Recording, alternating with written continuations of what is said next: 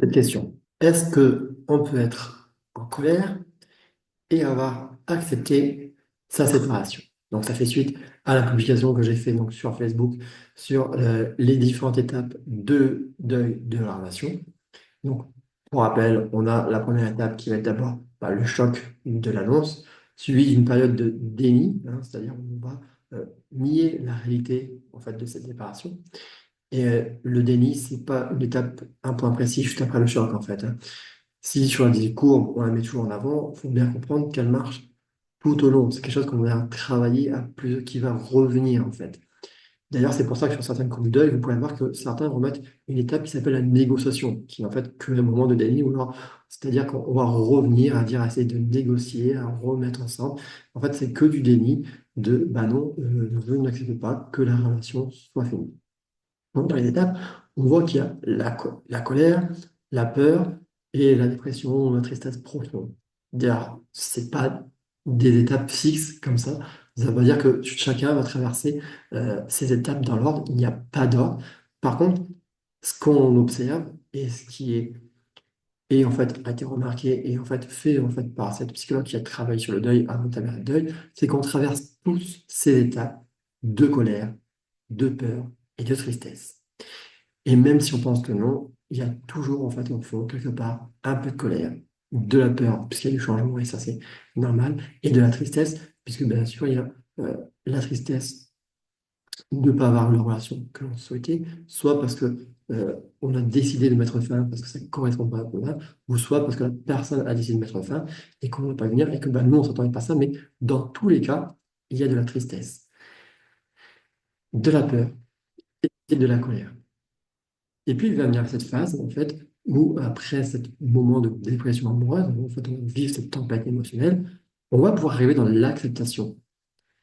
Et après, venir dans la phase montante de cette courbe pour repartir, en fait, sur le pardon. Avoir, en fait, après, un quête d'un nouveau sens, et en fait, revenir sur une vie épanouissante. Et donc, on voit que si on suit cette courbe, on voit la colère et on voit l'acceptation après. Donc, on va poser la question, est-ce que on peut avoir accepté la séparation et toujours être en colère? Oui, bien sûr. L'acceptation de la séparation, c'est juste accepter les faits. C'est juste accepter que, effectivement, vous avez rompu, que vous êtes séparés, que vous avez divorcé. Mais ça ne veut pas forcément dire que vous êtes d'accord. Accepter, c'est différent d'être d'accord. C'est accepter ce qui est, accepter la situation actuelle, factuelle. Oui, actuellement, vous vous êtes séparés. Mais vous n'êtes pas forcément d'accord avec ça. Vous n'êtes pas forcément d'accord de comment ça s'est passé. Vous n'êtes pas forcément d'accord de pourquoi il y a eu cette séparation.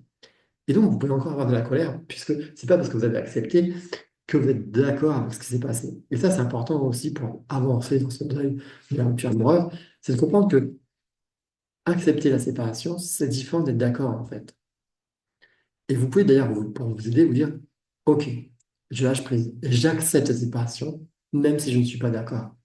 Et ça, c'est important, en fait, de te dire que oui, bah, vous n'avez pas le choix, en fait, d'accepter ou pas la séparation. Si la personne, elle a décidé de rendre divorcer, en fait, de choisir de dire, bah non, moi, je ne vais pas divorcer. Au bout d'un moment, de toute façon, elle gagnera gain de cause, puisqu'elle pourra avoir un divorce pour altération du lien familial. Et on ne tient pas une personne. Donc, vous n'avez pas de pouvoir d'action sur le fait que la personne ne vous aime pas, ou un pouvoir limité, bien sûr, dans le fait de reconstruire, mais il faut être deux, en fait, pour pouvoir sauver un couple. Si la personne allait décider à arrêter la relation, si elle a refait en plus peut-être déjà en fait un couple, une relation, vous pouvez, et c'est normal de pas être d'accord, mais vous pouvez pas faire autre chose que accepter ce qui est en fait. Ça veut pas dire que quand ça va pas, il faut que c'est de rompre, c'est pas ce que je veux vous dire, attention, hein. Je parle vraiment d'une personne qui est dans un schéma où le partenaire, pour lui, c'est fini, il n'y a pas de retour possible en arrière, ou alors qu'il est vraiment passé à autre chose. Si c'est quelqu'un qui, bien sûr, le partenaire, se pose des questions et qui a une volonté aussi de voir son couple, bien sûr que là, c'est différent, parce que là, on a un pouvoir, bien sûr, d'action, c'est le pouvoir d'influence, de dire que si chacun met du sien et que chacun a cette volonté de reconstruire et de sauver le couple, c'est possible en faisant, bien sûr, les démarches nécessaires sur peut-être en se faisant accompagner par un thérapeute de couple, un thérapeute conjugal, puisque là, c'est des gens formés à cet effet qui vont venir vous aider à trouver qu'est-ce qui, dans le couple, a été défaillant à ce moment-là, et comment vous reconstruire sur des bases saines. Parce qu'il faut apprendre que, bien sûr, votre couple, il prendra sur un nouveau départ. Mais si, dans votre couple, il n'y a qu'une seule personne qui veut sauver, eh ben, vous n'êtes pas dans la possibilité, en fait, de l'influencer, en fait, s'il a pris cette décision. Donc, vous n'avez pas le choix que d'accepter cette séparation. Et ça, même si vous n'êtes pas d'accord. Et si ça va être en colère pour une autre raison, par rapport à ce qui s'est passé, par rapport à ce qu'il a fait, et que vous ne pouvez pas rester avec ces personnes-là parce que, et là, c'est propre à chacun, hein. Il y a parfois des tromperies qui ne peuvent pas être pardonnées, des comportements, des mots, alors les violences, bien sûr, ça c'est impardonnable, que ce soit physique ou psychologique, mais il y a des choses qu'on ne peut pas, en fait, enfin, à chacun, selon ses valeurs et ses besoins, peut-être pardonner et devoir passer sur vous. Et du coup, la personne, vous pouvez accepter la séparation, mais toujours avoir cette colère parce que vous n'êtes pas d'accord avec ce qui s'est passé. Donc oui, vous pouvez avoir accepté de cette séparation, mais toujours être en colère. Mais c'est pas pour autant que vous avez fait en fait le deuil de votre relation. C'est ça qui est important. C'est que cette courbe du deuil, il faut bien la prendre jusqu'à la fin. Pas dire, OK, en bas, je suis à l'acceptation, j'ai fini mon deuil. Non, le deuil, ça ne s'arrête pas là. Le deuil, ça s'arrête quand vous êtes remonté en haut. C'est-à-dire que vous avez fait le moment de cette phase de pardon, ce moment de quête de nouveau sens, en fait, de retour, et retrouver en fait une vie qui va être épanouissante pour vous. Alors, la colère, c'est une réaction qui est saine, qui est normale, et qui est bien sûr différenciée de la violence. Bien sûr, la colère, ce n'est pas la violence. La colère, elle va exprimer que vos besoins n'ont pas été respectés, que vos attentes n'ont pas été respectées. Et la colère, c'est une émotion, donc comme toutes les émotions, elle est à comprendre, et comme toutes les émotions, elle vous appartient. Même si c'est les autres qui font agir, c'est vous qui réagissez en fait en colère. Parfois, on entend dire oui, c'est il m'a mis en colère. En fait, non, c'est pas les gens qui vous mettent en colère, c'est vos attentes en fait, de ce que vous attendez de ces gens, de vos valeurs qui sont enfin qui vous mettent en colère. Et c'est simple de savoir exprimer que non, là, ce n'est pas en accord avec mes besoins, ce n'est pas en accord avec mes valeurs, mais cette colère, elle vient de vous. Et il y a des façons de l'exprimer sainement. Et dans sa rupture, pour pouvoir avancer dans ce deuil, cette colère, il va falloir la lâcher. Pourquoi? Parce que tant que vous êtes en colère contre votre ex, et je sais que c'est pas facile, vous avez toujours en fait un lien avec cette relation passée. En fait. Il y a toujours quelque chose qui est là, qui vous relie, pas forcément à la personne, mais qui vous relie à ce que vous avez vécu et ce qui va vous empêcher en fait par la suite d'avoir des relations saines et des relations en fait apaisées, parce que vous avez toujours cette blessure, cette colère qui est là en vous. Et donc faire son deuil, c'est d'avoir arrivé à éteindre cette colère et à pardonner. Alors c'est pas forcément, quand je dis pardonner, c'est pas forcément pardonner à l'autre, mais c'est surtout à se pardonner à soi. Parce que bien sûr, il y a des choses qu'on ne pourra jamais pardonner à une autre personne, ou peut-être d'autres qui vont arriver à pardonner, ça c'est vraiment propre à chacun. Mais ce qu'il faut bien comprendre, c'est que le fait de se pardonner va vous permettre d'avancer. C'est se pardonner à soi d'avoir peut-être supporté cette relation, d'avoir attendu trop longtemps de partir, ou d'avoir choisi cette personne qui n'était pas forcément finalement bonne pour vous. Ou c'est se pardonner, en fait, d'avoir eu des attentes qui n'ont pas été remplies. Ou se pardonner, peut-être aussi, de ne pas avoir pris assez attention de la relation, de ne pas avoir mis les choses en place comme peut-être votre ex vous demandait, que vous n'avez pas su sur le moment le voir. Ce qu'il faut bien comprendre, c'est que à chaque instant, on essaie toujours tous de faire au mieux avec nos capacités et nos connaissances du monde. Tous les actes qu'on fait, quelque part, c'est parce qu'inconsciemment, on y voit une action positive de le faire. Et parfois, après, avec le recul, ben, effectivement, on se rend compte que ce n'était pas la meilleure façon. Mais ça sert à rien de se juger, d'avoir la colère sur soi, de dire mince, déjà, je vais faire ci ou faire ça. Parce qu'il faut se rappeler surtout qu'à ce moment-là, on faisait ce qu'on pensait le mieux pour soi, avec nos connaissances et notre capacité du monde. Et maintenant, avec le recul, oui, on peut avoir une autre connaissance, un autre jugement, et se rendre compte de ce que peut-être vous avez dû faire ou ne pas faire. Mais ne vous jugez pas, vous n'allez pas sur le passé, parce que c'est fait, en fait, et que vous ne pouvez pas revenir dessus, et qu'à ce moment-là, vous avez fait au meilleur de ce que vous pensez. Maintenant, vous savez justement ce que vous devez faire à l'avenir. Et c'est ça l'important, c'est de prendre la leçon à chaque fois. C'est ce que je dis souvent, mais La séparation, une rupture, en fait, c'est une opportunité de grandir, de changer, de prendre les leçons. Le problème, c'est qu'on a un système où on considère que l'échec est néfaste, alors que l'échec n'est qu'une phase d'apprentissage, et qu'on est dans cette croyance que le couple, on devrait trouver tout de suite la bonne personne pour faire sa vie avec toute sa vie. Sauf qu'on n'apprend pas déjà en couple, donc ça se construit en fait sur la relation, et que c'est pas parce qu'on est bien avec une personne qu'on sera bien avec toute sa vie, parce qu'on évolue, on change, et que en fait, c'est pas forcément un échec au sens échec où ça y est, c'est fini, ça veut dire que j'ai pas de valeur. Non. En fait, c'est un échec si vous ne retenez pas l'apprentissage de ce que vous avez vécu, de cette expérience.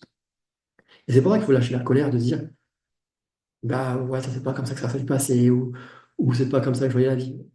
Mais en fait, la séparation peut faire partie de la vie, être un apprentissage, pour voir soit bah, en fait, ce que vous voulez, ce que vous ne voulez plus dans vos relations, mais aussi comprendre que une relation, ça évolue.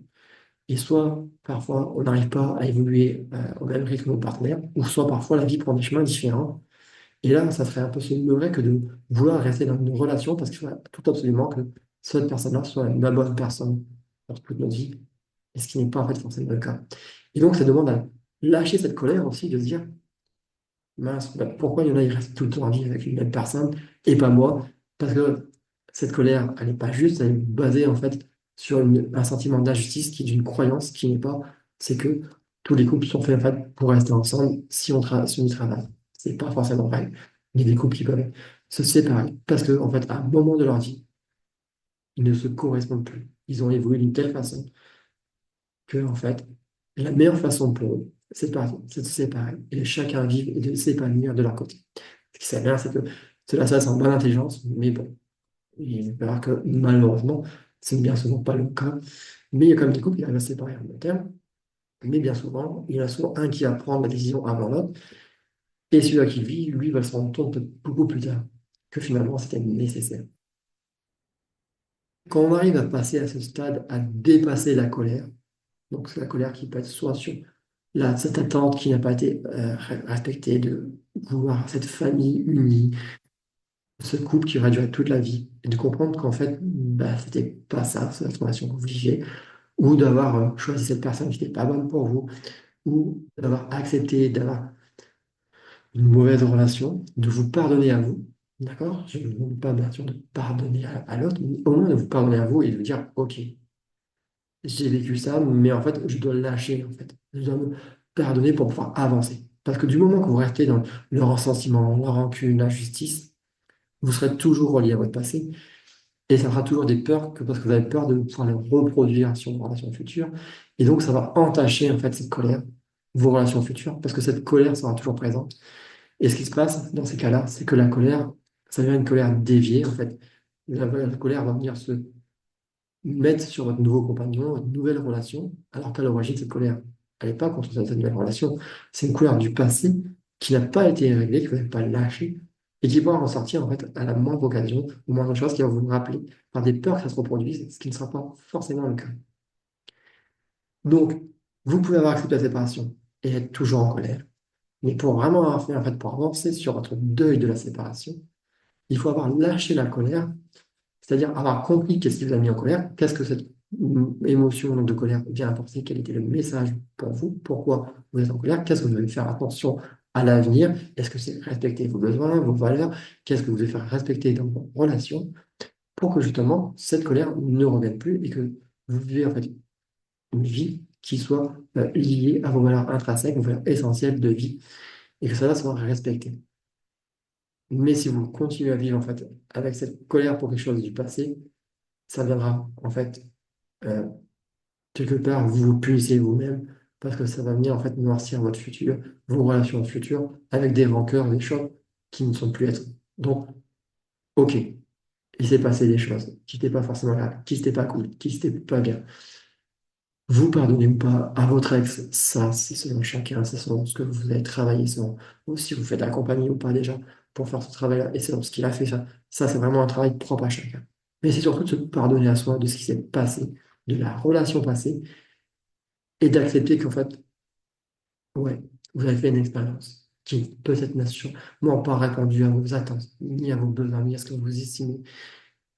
mais que c'est comme ça et qu'il faut lâcher ça pour pouvoir avancer maintenant plus sereinement et se dire, OK, d'accord, c'est l'expérience que j'ai faite, c'est l'expérience de ce passé. Maintenant, vers quoi je veux aller? Vers quoi je vais transformer? Peut-être cette colère, justement, se servir de cette colère, de dire, cette colère m'a appris qu'est-ce que je dois faire attention, qu'est-ce que je dois rechercher, qu'est-ce que je ne veux plus. Donc la colère est constructive si on l'utilise à bon escient. Donc jamais en la transformant en violence, en comprenant son message, en comprenant derrière qu'est-ce qui se cache, quels sont les besoins et les valeurs qui sont associés à cette colère, en comprenant que dans le passé, bah, peut-être vous n'avez pas fait attention à vous, et bien toujours pareil, de ne pas vous flageller, de ne pas être en colère contre vous-même et de dire, OK, ça c'est pas comme ça, maintenant j'ai compris, maintenant j'avance et je fais attention à respecter mes besoins, mes valeurs essentielles pour avoir la vie qui m'inspire, pour avoir surtout pour avoir surtout la vie qui vous inspire et pour avoir une couple qui vous inspire aussi par la suite, parce que, on va dire surtout couple, non, parce qu'en fait, vous n'êtes pas obligé de vous mettre en couple. Si la vie qui vous inspire, c'est peut-être de rester seul, et ben c'est aussi un choix. Maintenant, on est quand même des êtres sociaux, et j'ai quand même tendance à croire qu'on a tous cette envie au fond de nous, le fait d'être en couple et de partager. Donc, c'est pas une critique pour les gens qui sont célibataires. Si c'est un vrai choix, et qui n'est pas fait en fait contre une peur de reproduire les choses, mais voilà, de lâcher cette colère pour aller dans une vie qui vous inspire et de lâcher cette rancune et vraiment de ne pas vous punir en fait par le passé, mais de vivre votre présent et votre futur en ayant des relations apaisées et en vous sentant apaisé aussi surtout avec vous-même parce que la colère, c'est en fait une punition que vous infligez à vous, c'est votre émotion et c'est vous qui la ressentez, c'est vous qui la vivez, ce n'est pas l'autre personne. Donc, en fait, c'est à vous que vous faites du mal. Il faut la comprendre, bien sûr, parce qu'elle est utile, et ne pas la garder, ne pas l'alimenter, la lâcher, prendre son message et la transformer en opportunité d'apprentissage et d'amélioration. Parce que, et je le dis encore, la rupture, ce n'est rien d'autre qu'en fait qu'une opportunité de grandir, de se transformer. C'est une période très dure, mais en fait, c'est un apprentissage, c'est une opportunité vraiment de se transformer, même si, pour ça, malheureusement, non, malheureusement, oui, parce que c'est très douloureux, je dis malheureusement, parce que maintenant, je suis sur un recul sur ce que j'ai vécu, et en fait, j'ai souvent ce truc de me dire, finalement, maintenant, je suis content de cette séparation, de ce divorce, parce que je vois ce que ça m'a amené, comment ça m'a transformé par la suite, et ce que ça me mène, les changements que j'amène dans ma vie. Et je sais que quand on est en plein dedans, c'est très dur, on a du mal à s'imaginer ça, on a du mal à entendre ce discours, mais je vous garantis que vous pouvez lâcher la colère et que ce qui vous attend après ne sera que du mieux si vous en prenez forcément les messages, les leçons, l'apprentissage et que tout ça vous en servez en fait pour aller vers une vie plus épanouissante pour vous.